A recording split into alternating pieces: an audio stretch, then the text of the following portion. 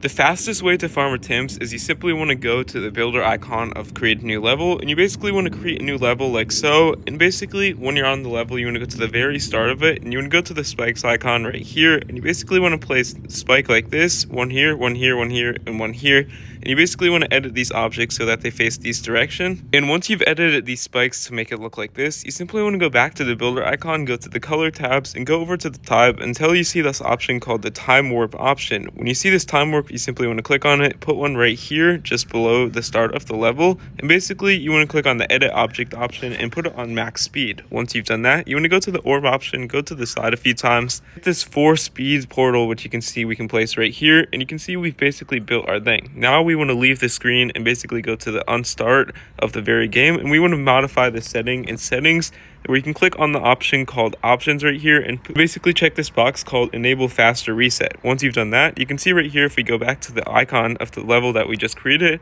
we can view it and click on the start option, and you can see we can simply farm a ton of attempts in just a few seconds, and it'll obviously speed up just like so. You can always let this run while you sleep. Now personally, I farmed 500 plus attempts in 4 minutes using this method, but yeah, just let this run while your phone's away.